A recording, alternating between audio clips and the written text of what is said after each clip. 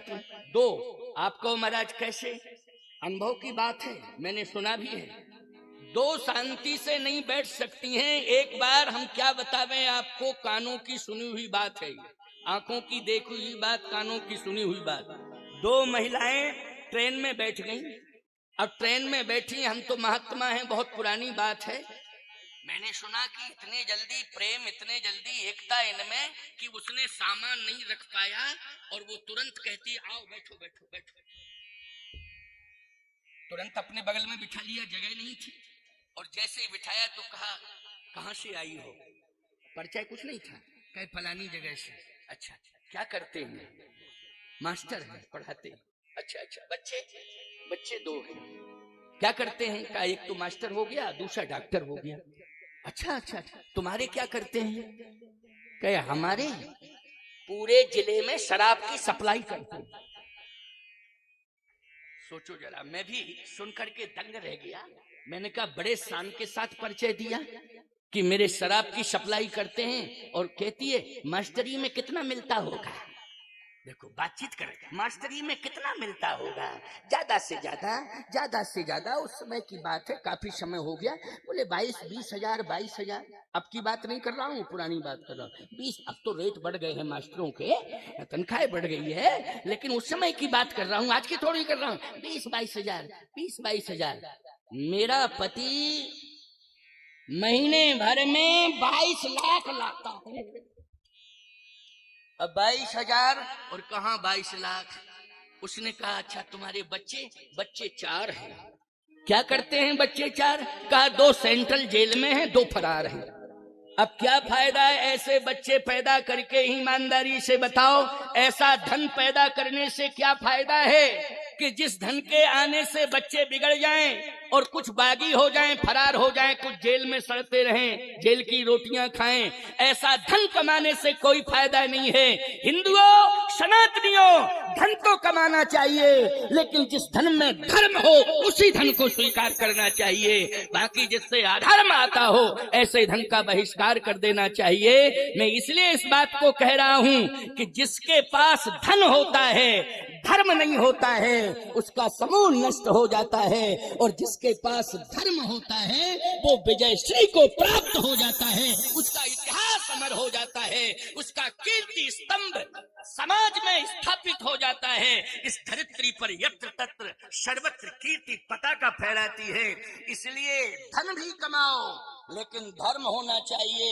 यदि धर्म चला गया तो ये धन तुम्हें रसातल में ले जाएगा। आज हमें बड़ी प्रसन्नता हो रही है कि साईं खेड़ा में, अरे बड़े बड़े महानगरों में हमने बड़े बड़े उद्योगपति देखे, ऐसे उद्योगपति देखे हैं मैंने कि जिनकी आलीशान हवेलियां हैं, जिनकी गगनचुंबी इमारतें आकाश को छू रही हैं। ऐसे लोगों को मैंने देखा, लेकिन मैं सत्य कहता हूं, वो धन उनकी दीवालों से, कान लगा करके कोई सुन ले, उनकी दीवालों से वो आवाज क्रंदन की आ रही है, चीख की आ रही है। लेकिन मैं कहता हूं कि आज साईं खेड़ा हो, चाहे सिलवानी हो, चाहे आसपास के गांव के जितने भक्त बैठे हैं, कान हम लगाएंगे तो तुम्हारी दीवाल से श्री राम जय राम जय जय राम, श्री राम जय राम जय जय राम की धुनी आ रही है, सुनाई दे रही है, गूंज रही है। सुबह प्रभात फेरी हर गांव में प्रायः होती होगी, और या जिन गांवों में नहीं होती है प्रभात फेरी, राम नाम संकीर्तन, वो परंपरा को डालो, उस परंपरा से जोड़ो अपने गांव को, क्योंकि आज समय आ गया है कि हमारे रोम रोम में राम होना चाहिए, हमारी जिह्वा पर राम का नाम होना चाहिए। याद रखो, अगर ये परंपरा तुम्हारी अक्षुण रही तो मैं दावे के साथ कह सकता हूं, अयोध्या में बाद में राम राज जाएगा, पहले तुम्हारे क्षेत्र में राम राज आ जाएगा। राम राज्य की शुरुआत यहीं से होगी। ये मैं हृदय की आवाज कह रहा हूं, आज ध्यान से सुनना। सुग्रीव जी ने कहा, हनुमान जी ने कहा ठीक है आप कह रहे हो तो मैं ब्राह्मण बना जाता हूं। ब्राह्मण बन के हनुमान जी गए। अच्छा, अब रहसल तो हुई नहीं है, डायरेक्ट तत्काल बने। क्यों भाई? जैसे रामलीला में तुम कोई अभिनय देते हो तो अभिनय में रहसल करवाते हो 10-15 दिन की, नहीं रामलीला होती होगी तुम्हारे, पहले तो होती थी, लेकिन अभिनय देते हो तो पहले 15 दिन महीने भर तक रिहर्सल होती है, तब वो रिहर्सल पूर्ण होने के बाद एक्टर सफल होता है। नहीं तो तत्काल अगर किसी को अभिनय दे दिया जाए और उसकी रिहर्सल न कराई जाए तो अभिनय करने वाला फेल हो जाता है। क्यों भाई, हो जाता है कि नहीं? वो बुरी तरह से फेल हो जाता है, सफल नहीं होता है।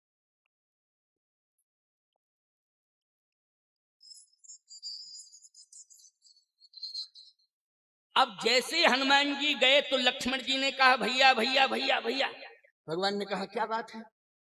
ब्राह्मण देखो सामने आ रहा है, ब्राह्मण का दर्शन, ब्रह्म देवता का दर्शन आज प्रभावित कर रहा है मेरे हृदय को। लगता है कि जैसे ही पंडित जी आवे तो हम तुरंत ही चरणों में गिर जाएं, आशीर्वाद ले लें, क्योंकि इनके आशीर्वाद से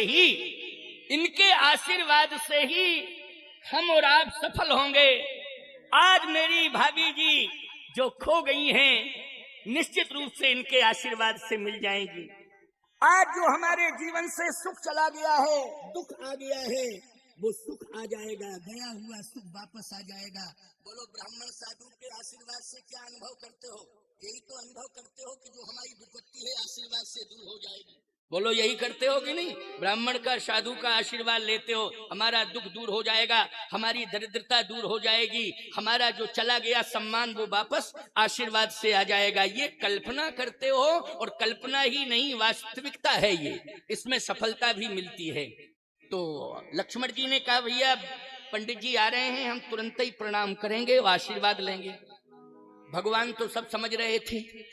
भगवान ने कहा कि देखो पंडित जी को आने तो दो, पहले आ जाएं और प्रणाम करने का मौका दें तो कर लेना प्रणाम, और जब मौका ही नहीं मिलेगा तुम्हें तब क्या करोगे? लक्ष्मण जी बोले हम केवल मौके की तलाश में हैं, जैसे पंडित जी आएंगे तो पहला आशीर्वाद तो मैं ही लूंगा प्रणाम करके। भगवान ने कहा ठीक है, जब पहला आशीर्वाद पंडित जी से तुम ले लोगे तो दोबारा हम ले लेंगे दूसरा आशीर्वाद। क्यों भाई, पहले तुम ले लेना, बाद में हम ले लेंगे, आने तो दो पंडित जी को। जैसे हनुमान जी विप्र रूप धर कपितें गए, हनुमान जी पहुंचे, लक्ष्मण जी प्रणाम करने के लिए तैयार थे, लेकिन विप्र रूप धर कपितें गए, माथ लाए पूछत यश भयऊ। लक्ष्मण जी प्रणाम नहीं कर पाए, हनुमान जी ने पहले ही प्रणाम कर लिया। लक्ष्मण जी बोले भैया असली ब्राह्मण नहीं है, नकली लग रहा है, ये वन में कहीं छिपी हुई माया का प्रभाव तो नहीं है कि कोई राक्षस माया भी आ गया हो और माया से भ्रमित कर रहा हो, क्योंकि ब्राह्मण निश्चित रूप से ब्राह्मण आता है तो उसका दर्शन जीव करता है, समाज का प्राणी करता है, और ये अनुभव करता है कि अब मुझे आशीर्वाद लेना चाहिए, वहीं खड़ा हो जाता है और जैसे सिर झुकता है तो आशीर्वाद देने लगता है। लेकिन ये ब्राह्मण कैसा है कि पहले ही प्रणाम कर बैठा। तो कहीं ऐसा तो नहीं है कि आपके कारण जो है प्रणाम किया हो? भगवान बोले हम पूछते हैं। पंडित जी उठो। हनुमान जी बोले नहीं उठूंगा। क्यों? प्रभु पहचान परऊ गही चरना, मैंने आपको पहले पहचाना है, इसके बाद मैंने आपको प्रणाम किया। समझ लेना बात को, हनुमान जी स्वयं कह रहे हैं मैंने आपको पहले पहचाना है, इसके बाद आपको प्रणाम किया है। भगवान ने कहा अच्छा मुझे पहचान लिया। लक्ष्मण जी बोले कुछ अंदर का मैटर है और आप दोनों का है, अब हम नहीं समझ पा रहे हैं। भगवान बोले तुम चुप रहो, पहले बातचीत हो जाने दो। अच्छा तुमने पहले पहचाना, इसके बाद प्रणाम किया। हाँ, प्रभु पहचान, प्रभु पहचान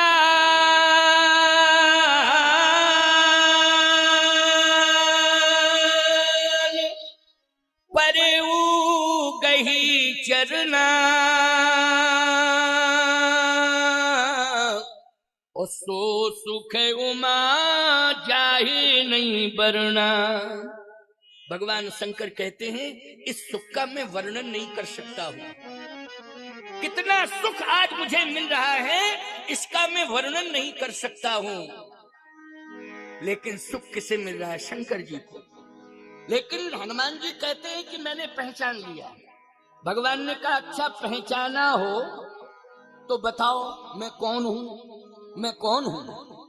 हनुमान जी बोले, बंबई छापा का एक चौपाई इसलिए सुना रहा हूं कि उसमें तुम लोगों का वंश जुड़ गया है। हंस बोले रघुवंश कुमारा, गीता प्रेस में नहीं है।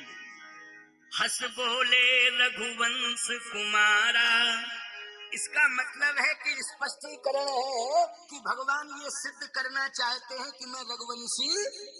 बोलो भाई, भगवान ये सिद्ध करना चाहते हैं कि मैं रघुवंशी हूँ। लेकिन तुम क्या समझ रहे हो? तुम परिचय दो तुम मैं क्या हूँ, लेकिन मैं तुम्हें बता रहा हूँ कि मैं रघुवंशी हूँ।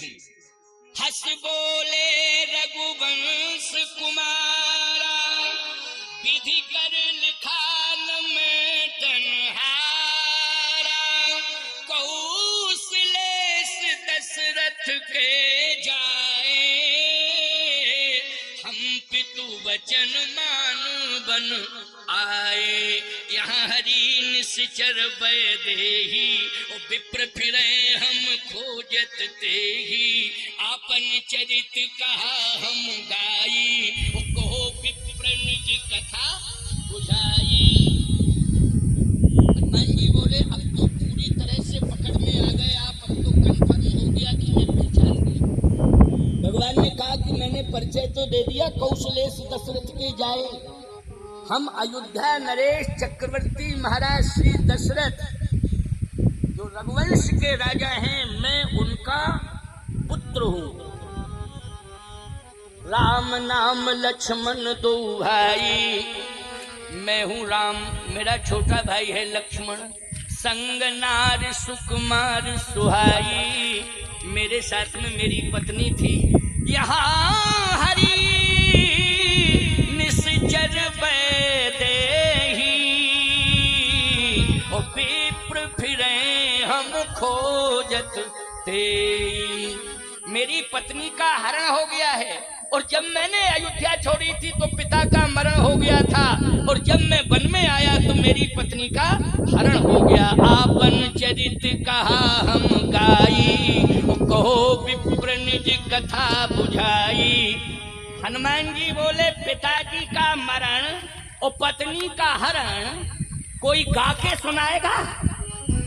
क्यों भाई, कोई गा के सुनाएगा? ईमानदारी के साथ बताओ, किसी के पिता का मरण हो जाए और पत्नी का हरण हो जाए, चोर चुरा के ले जाएं, डकैत बदमाश आतंकवादी उठा के ले जाएं, और हम कहें क्या बात है, तुम कौन हो, अपनी बात बताओ। वो कहे पहले तबला लाओ, हारमोनियम लाओ, ढोलक लाओ, नच के गा के मजीरा बजा के सुनाएंगे। अच्छा बोलो भाई, ईमानदारी के साथ बताओ, देखने वालों को यही लगेगा कि नहीं ये दिमाग से डिस्टर्ब हो गया है, इसलिए इसका दिमागी इलाज होना चाहिए। बोलो यही सोचा जाएगा कि नहीं? हनुमान जी ने कहा कि प्रभु अब मैं समझ गया कि आप जो है ब्रह्म हैं, इस धरती पर आप जो है अवतरित हुए हैं, और इस धरती पर आप इसलिए अवतरित हुए हैं कि धरती का भार, इसका अंत करने के लिए, भार का हरण करने के लिए आप अवतरित हुए। मैं समझ गया। जग कारण तारण भव भंजन धरनी भार, के तुम अखिल भुवन पति लीन मनुज अवतार। आपका यही परिचय है कि आप जगत के जन्म के कारण हैं। ये संपूर्ण जगत, इसके जन्म के कारण आप हैं। अच्छा एक बात बताओ, ब्रह्मांड निकाया निर्मित माया, रोम रोम प्रति वेद कहे, ये पूरा जगत किसकी मुट्ठी में है? पूरा ब्रह्मांड किसकी मुट्ठी में है? भगवान की मुट्ठी में है। बोलो है कि नहीं? हम जितने भी प्राणी हैं, ईश्वर अंश जीव अविनाशी, चेतन अमल सहज सुख राशि, समस्त जीव ब्रह्मांड के अंदर रहते हैं। और ब्रह्मांड आदिपति कौन है? कहे प्रभु राम हैं। उसी को पूर्ण ब्रह्म कहते हैं। व्यापक ब्रह्म निरंजन, निर्गुण विगत विनोद, सो अज प्रेम भगत बस कौशल्या की गोद। तो हनुमान जी ने कहा कि वही ब्रह्म आज नर लीला कर रहा है, इसलिए नारायण ही आज नर बन के मेरे सामने आ गया है। और आप जग कारण तारण भाव भंजन धरणी भार, आप पृथ्वी का भार हटाने वाले हैं। भगवान ने कहा अच्छा पृथ्वी का भार हम? हाँ। हनुमान जी बोले इतना ही नहीं, कह तुम अखिल भुवन पति, आप अखिल भुवन पति हैं। भगवान ने कहा लक्ष्मण इनको समझाओ, ये कह रहे हैं जग कारण तारण भाव। अरे मैंने जगत को जन्म नहीं दिया है, बल्कि स्वयं अयोध्या नरेश चक्रवर्ती सम्राट महाराज दशरथ ने ही मुझे जन्म दिया है। मैंने जगत को जन्म नहीं दिया है, जगत ने ही मुझे जन्म दिया है। हनुमान जी बोले कुछ भी कहो, हम ये बात मानने को तैयार नहीं है। अच्छा सही बताना, जो हनुमान जी सोच रहे हैं वास्तव में वही बात है कि नहीं? बोलो भाई, तुम लोग भी अंतःकरण से स्वीकार कर रहे हो कि नहीं कर रहे हो? जल्दी बोलो। जो हनुमान जी कह रहे हैं कि आप जगत के जन्म के कारण हैं, तो वास्तव में भगवान जगत के जन्म के कारण हैं, लेकिन नर लीला कर रहे हैं। भगवान ने कहा नहीं नहीं नहीं, ये बात सत्य नहीं है, मैं तो अयोध्या नरेश का पुत्र हूँ। हनुमान जी ने कहा तो भंजन धरणी भार, आप पृथ्वी का भार हटाने वाले हैं। भगवान ने कहा नहीं नहीं, तुम्हारा भ्रम है, मैं पृथ्वी का भार हटाने वाला नहीं हूँ। अगर मैं पृथ्वी का भार हटाने वाला होता तो पृथ्वी की पुत्री सीता मेरी भार्या है, मानी पत्नी है, जिनका हरण हो चुका है, तो अभी तक मैं अपनी पत्नी का भार हटा नहीं पाया हूँ, सारी पृथ्वी का भार कैसे हटा पाऊंगा? इसलिए ये सोचना भी उचित नहीं है। हनुमान जी ने कहा कह तुम अखिल भुवन पति, आप अखिल भुवन पति हैं। भगवान ने कहा कि मैं अखिल भुवन पति भी नहीं हूं। हनुमान जी ने कहा ये कैसे सिद्ध करोगे? भगवान ने कहा इसलिए कह रहा हूं, अगर मैं अखिल भुवन पति होता तो मेरे पिताजी ने अयोध्या में अयोध्यापति बनाने का निश्चय किया था, संपूर्ण तैयारी कर दी थी, लेकिन मेरे भाग्य ने साथ नहीं दिया, तो मैं अयोध्यापति तो बन ना पाया, उल्टा 14 साल का वनवास मिल गया। हे विप्र देवता, क्या आप अखिल भुवन पति बना करके जीवन भर जंगल में ही भटकाना चाहते हो मुझे? इसलिए मैं अखिल भुवन पति नहीं हूँ, मैं तो कौशलेश दशरथ के जाए, हम पितवचन मान वन आए। हनुमान जी बोले कुछ भी कहो, लेकिन मैं चरण नहीं छोड़ूंगा, प्रभु पहचान परऊ गही चरना। लक्ष्मण जी ने कहा भैया अब ये चरण कब तक ब्राह्मण देवता पकड़े रहेंगे, और सारी दुनिया देखेगी, अयोध्या तक ये सूचना पहुंच जाएगी, तो अयोध्यावासी कहेंगे अभी तक रघुवंशी ब्राह्मण का आदर करते रहे, लेकिन आज क्या हो गया रघुवंशी राम को कि ब्राह्मण चरणों में पड़ा है, उसे उठा नहीं रहे हैं, हृदय से नहीं लगा रहे हैं। लक्ष्मण जी कहने लगे भैया क्या सोचा जाएगा आपके बारे में? भगवान ने कहा ऐसा है, ये जिंदगी भर पड़े रहे, हम इन्हें उठाएंगे नहीं। क्यों? इनसे पूछो ये वास्तव में ब्राह्मण हैं कि बने हुए ब्राह्मण हैं, पूछो इनसे। लक्ष्मण जी ने कहा ये बताओ पंडित जी, असली ब्राह्मण हो कि बने हुए ब्राह्मण हो? हनुमान जी बोले ना हम असली, ना ये असली, हम भी बने और ये भी बने। अच्छा सही बात है कि नहीं? दोनों बने हैं कि नहीं बने हैं? नारायण नर बना और 11वें रुद्र में भगवान शंकर क्या बने? बोलो भाई, भगवान शंकर हनुमान बने हैं, और वही हनुमान ब्राह्मण बन करके आ गए। हनुमान जी ने कहा सत्य तो यही है कि जो ये बने हुए हैं न इनमें असलियत है, जो हम बने हुए हैं न हम में असलियत है, दोनों ही बने बनाए हैं। इसलिए अब तो ये काम हो जाए कि दोनों ही असलियत में आ जाएं, बनावटीपन छोड़ के असलियत में आ जाएं। भगवान ने कहा कि पहले तुम असली बनो फिर बाद में पहले तुम बनो। हनुमान जी ने कहा भूल हो गई, पहले तो आप क्षमा कर दो मुझे।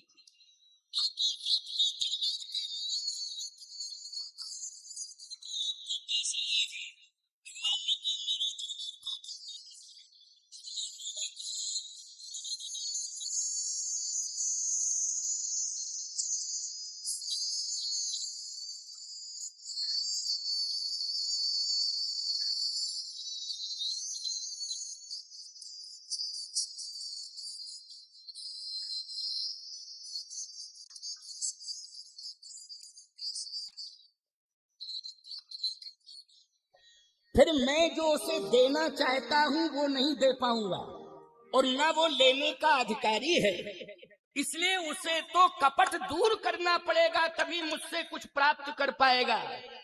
हनुमान जी बोले तो मैं क्षमा मांगता हूँ और आज जो मेरा असली स्वरूप है उसको मैं प्रकट करता हूँ।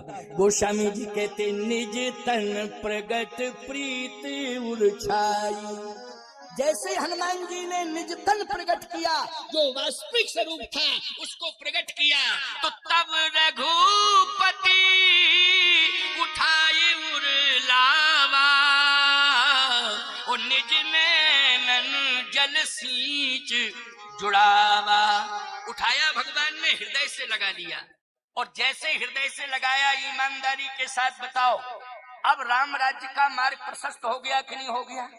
अब जितने बड़े बड़े दुराधर्ष, आतताई, अधर्मी, अन्यायी, अनाचारी, अत्याचारी राक्षस हैं, भट, सुभट, उद्भट, महाभट, दारुण भट, ये जितने भी राक्षस हैं, बोलो इनको मारने में अब राम जी को सहूलियत हो जाएगी कि नहीं, आसानी हो जाएगी कि नहीं हो जाएगी? हो जाएगी। और सही बात तो ये है कि 75% राक्षस हनुमान जी ने अकेले मारे हैं, केवल 25% राक्षस भगवान राम ने वानरों के दल के समूह के साथ मारे, लेकिन 75% राक्षस तो केवल अकेले हनुमान जी ने ही संहारे हैं, हनुमान जी ने ही मारे हैं। तो सबसे बड़ी सफलता, लेकिन हृदय से लगा लिया।